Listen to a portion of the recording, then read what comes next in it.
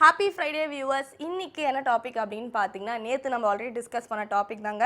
நம்ம டெக்னாலஜி பார்த்தீங்கன்னா நாளுக்கு நாள் வளர்ந்துட்டே இருக்கு. ஒரு பீரியடில் பார்த்தீங்கன்னா வந்து நம்ம ரேடியோ யூஸ் பண்ணிட்டு இருந்தோம். இப்போ பார்த்தீங்கன்னா ஐபாட் தான் யூஸ் பண்ணிட்டு இருக்கோம். ஸோ இந்த மாதிரி டெக்னாலஜி வளர வளர ஃபேக்ட்ஸும் நிறைய இருந்துகிட்டே இருக்கு. ஸோ அந்த ஃபேக்ட்டை தான் இன்றைக்கும் நம்ம டிஸ்கஸ் பண்ண போகிறோம். தொடர்ந்து பேசலாம். அதுக்கு முன்னாடி வாங்க ஷோக்குள்ளே போகலாம். இது புத்தம் புது காலை.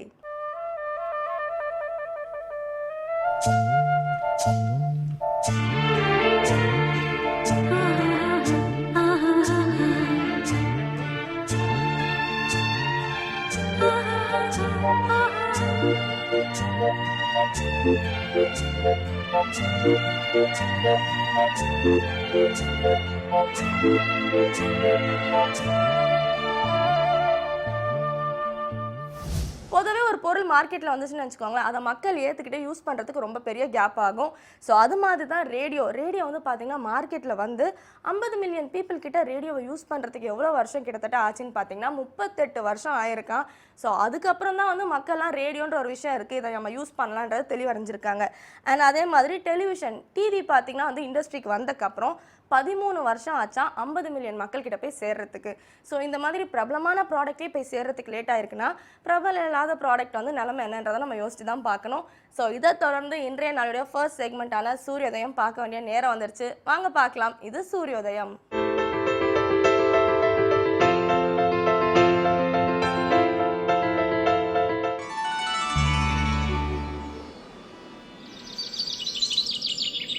இன்று 10/3/2017 வெள்ளிக்கிழமை, துன்முகி வருடம் மாசி மாதம் 26ஆம் தேதி. இன்று சூரியோதயம் 6:23க்கு. ராகு காலம் காலை 10:30 மணி முதல் 12 மணி வரை. யமகண்டம் மாலை 3 மணி முதல் 4:30 மணி வரை. குளிகன் காலை 7:30 மணி முதல் 9 மணி வரை. திதி திரையோதசி. நட்சத்திரம் ஆயில்யம். சுப ஓரைகள் காலை 6 மணி முதல் 9 மணி வரை, காலை 10 மணி முதல் 11 மணி வரை, பகல் 1 மணி முதல் 4 மணி வரை, மாலை 5 மணி முதல் 6 மணி வரை. சந்திராஷ்டமம் தனுசு ராசிக்கு. இப்போ இருக்க நிறைய பேருக்கு பார்த்தீங்கன்னா ரொம்ப வந்து அடிக்டான விஷயம் அப்படின்னு பார்த்தீங்கன்னா செல்ஃபி. எங்கே போனாலும் யார் கூடயாவது ஃபோட்டோஸ் எடுத்து அப்லோட் பண்ணிகிட்டே இருக்கும். இதுதான் நம்மளோட ஹாபியாகவே மாறிட்டு இருக்கு நிறைய பேருக்கு. ஆனால் முதல்ல கேமராவை கண்டுபிடிச்சப்போ ஒருத்தவங்க வந்து ஃபோட்டோ எடுக்கிறதுக்கு எவ்வளோ நேரம் உட்காந்துருந்தாங்கன்னு பார்த்தீங்கன்னா 8 hours. அதாவது 8 மணி நேரம் அசையாமல் நீங்கள் ஒரே இடத்துல உட்காந்தாதான் உங்களை வந்து ஒரு ஃபோட்டோவே எடுக்க முடியுமா? ஸோ அந்த காலத்தில் ஒரு ஃபோட்டோ எடுக்கிறதுக்கு 8 மணி நேரம் கிட்ட வெயிட் பண்ண வேண்டியதாக இருந்திருக்குன்றதான் வந்து ஆச்சரியமான விஷயமா இருக்குது இதில்.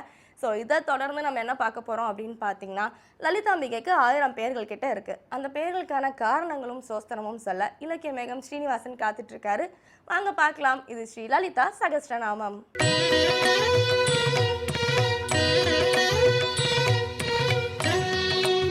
ஸ்ரீவித்யோபாசனாசக்தம் ஸ்ரீவித்யாபீடபூஷணம் ஸ்ரீவித்யாபினவ வந்தே ஸ்ரீ கிருஷ்ணானந்த சர்க்குரும். அனைவருக்கும் இனிய காலை வணக்கம்.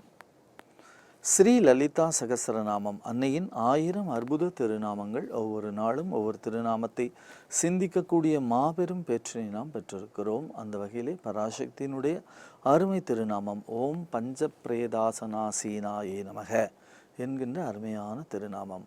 5 பிரேதங்களின் மேலே அமர்ந்திருப்பவளுக்கு வணக்கம் என்று சொல்லக்கூடிய திருநாமம். தேவியினுடைய ஆசனம் இருக்கிறதே, அவள் அமர்ந்திருக்கிறாளே, அந்த ஆசனம் யாரெல்லாம் அதில் இருக்கிறார்கள்? ஒரு கட்டிலின் மேலே தேவி இருக்கிறாள். அந்த கட்டிலுக்கு 4 கால்கள் இருக்கிறது.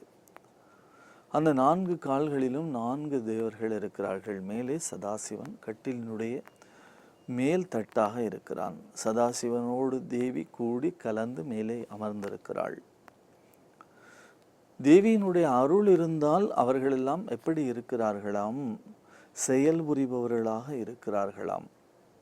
தேவியினுடைய அருள் நீங்கி சக்தி நீங்கி இருக்கிற பொழுது அவர்கள் பிரேதமாக மாறிவிடுகிறார்கள். பிரேதம் என்று சொன்னால் ஓரிடத்திலிருந்து மற்றொரு இடத்திற்கு என்று பொருள். அதனுடைய சக்தி ஒரு இடத்திலிருந்து மற்றொரு இடத்துக்கு சென்றிருக்கிறது. இன்னொரு அர்த்தம் வினைகளற்ற நிலை, ஒரு வேலையும் கிடையாது. அங்கே அவர்கள் கட்டில் காலாகவும் கட்டிலினுடைய மேல் தட்டாகவும் இருக்கிறார்கள். அதன் மேலாக தேவி அமர்ந்திருக்கிறாள். வட நாட்டிலே ஹர்ஷர் என்று சொல்லக்கூடிய ஒரு மாபெரும் கவிஞர் இருந்தார். அந்த ஹர்ஷர் என்று சொல்லக்கூடிய அந்த கவிஞருக்கு அருள், தேவியினுடைய அருள் கிடைக்க வேண்டும், மகா சரஸ்வனுடைய அருள் கிடைக்க வேண்டும். அப்படி சிந்தாமணி மந்திரத்தை அவளுக்கு உபதேசம் பண்ண வேண்டும் என்று சொல்லி சிந்தாமணி மந்திரத்தை உபதேசம் செய்ய சொல்லி அந்த மந்திரத்தை அந்த குழந்தைக்கு தேவியினுடைய அருளினாலே சொல்லி கொடுத்தாள் அந்த தாய். ஆனால் அந்த சிந்தாமணி மந்திரத்தை எதன் மேலே அமர்ந்து சொன்னால் மிகப்பெரிய சிறப்பு என்று கேட்டால், ஒரு பிரேதத்தின் மேலே நட்ட நடுராத்திரியிலே அமர்ந்து கொண்டு சொல்ல வேண்டும். ஒரு குழந்தையை அப்படி செய்ய சொல்ல முடியுமா? பயந்து போகும். அந்த தாய் எவ்வளோ பெரிய தியாகசீலியாக இருந்திருக்கிறாள் பாருங்கள். அந்த தாய் ஏற்கனவே தாய் என்று சொன்னாலே தியாகத்தினுடைய மறு வடிவம்தான் தாய்.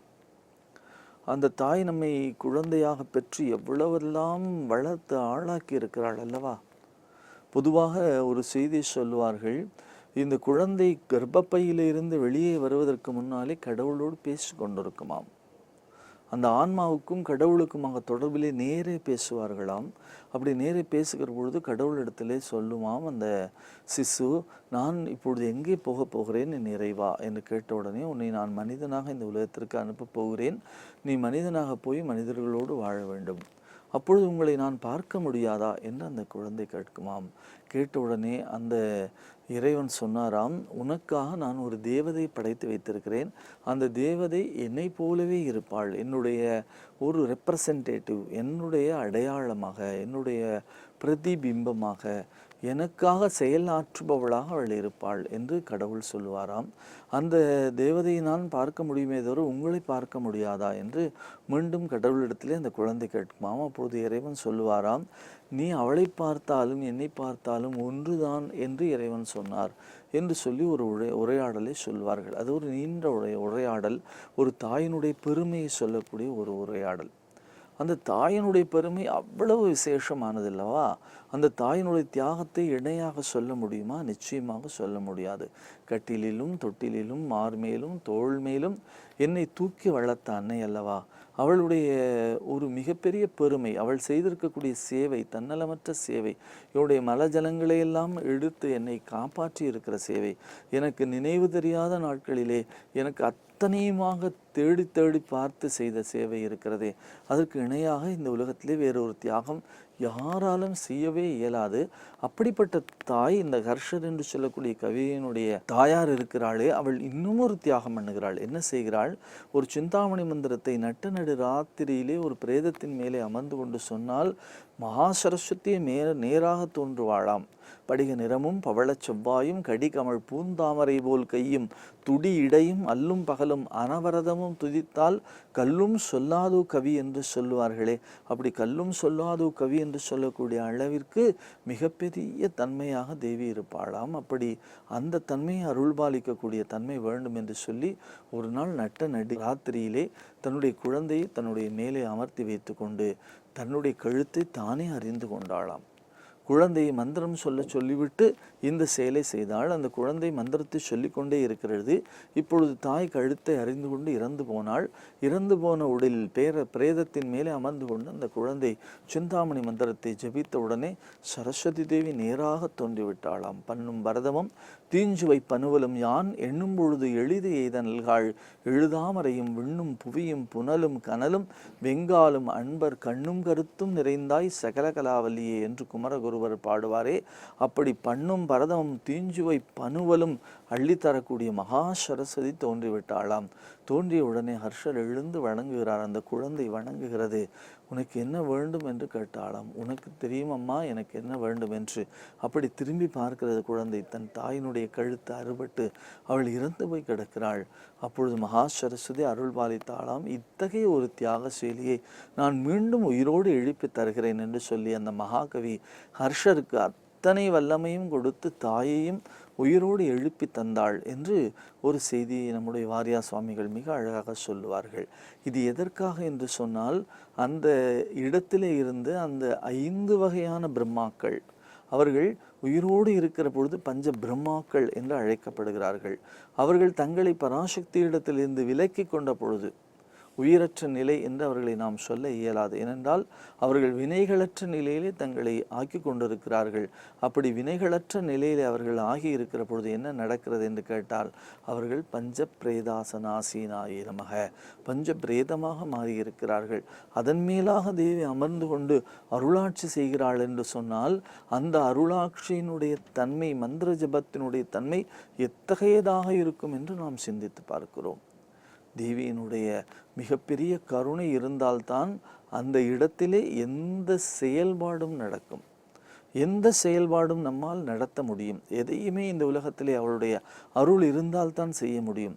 சிவனே அவளோடு சேர்ந்து இருந்தால்தான் சிவனாக இருக்கிறான், இல்லை என்றால் சவமாக ஆகிவிடுகிறான் என்று சௌந்தரிய லகரியிலே தொடக்கத்திலே சொல்லுவார் ஆதிசங்கர பகவத்பாதர். சிவசக்தி ஆயுக்தோ யதி பவதி சக்த பிரபவித்தும் நச்சே தேவம் தேவோ நகலு குச்சல ஸ்பந்திதுமபி அதஸ்துவாம் ஆராத்யாம் ஹரிஹர விரிஞ்சாதி பிறபி பிரணந்தும் ஸ்தோதும் வா கத மகிருத புண்ணிய பிரபவத்தீம் என்று சொல்லுவார்.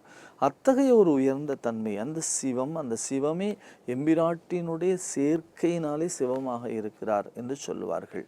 வினைகளற்ற நிலையிலே இருக்கக்கூடிய தேவியினுடைய பேரருள் இருக்கிறதே, அந்த அவர்கள் மேலே அமர்ந்து கொண்டு, அந்த கட்டிலின் மேலே அமர்ந்து கொண்டு தேவியினுடைய அருளாட்சியை பார்க்கிற பொழுது அவள் சகலவிதமான மந்திரங்களுக்குமாக மந்திரஸ்வரூபிணியாக, சர்வமந்திர ஸ்வரூபிணியை நமக என்று நாம் நாமத்தை சிந்தித்தோமே, அப்படி சகல மந்திரங்களுக்கும் தலைவியாக இருக்கக்கூடியவள் அந்த பஞ்ச பிரேதாசனாசினாவாக இருக்கிற பொழுது அத்தகைய மாபெரும் ஆற்றலை இந்த உலகத்திற்கு அள்ளி வழங்குகிறாள் என்றே நாம் சிந்திக்க வேண்டும். அத்தகைய ஒரு உயர்ந்த நிலையிலே பராசக்தி அருளாட்சி செய்கிறாள் என்பதனாலே தான் அந்த பஞ்ச பிரம்மாக்கள் வினைகளற்ற நிலையிலே பஞ்ச பிரேதங்களாக ஆகியிருக்கிறார்கள் என்று மிகப்பெரிய அளவிலே பெரியவர்கள் இதற்கு விளக்கம் தருவார்கள்.